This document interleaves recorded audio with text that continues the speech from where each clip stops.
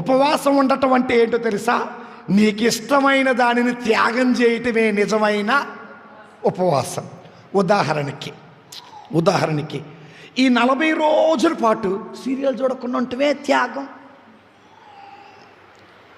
కొంతమందికి పూలంటే ఇష్టం, ఈ 40 రోజులు పూలు పెట్టుకోకుండా ఉండటమే త్యాగం. కొంతమంది ఇక పడుకుంటే మంచం మీదే, కింద పడుకోరు, మంచం ఉంటేనే పడక వాళ్ళకి. అలాంటి వాళ్ళు కింద పడుకోవటమే త్యాగం.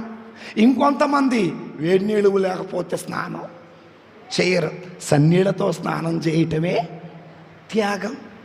నీకు సిగరెట్ తాగే అలవాటు ఉంది, తాగకుండా ఉండటమే త్యాగం.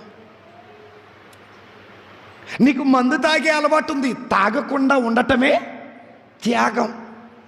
నీకు ఇక్కడ మాటలు అక్కడ మాటలు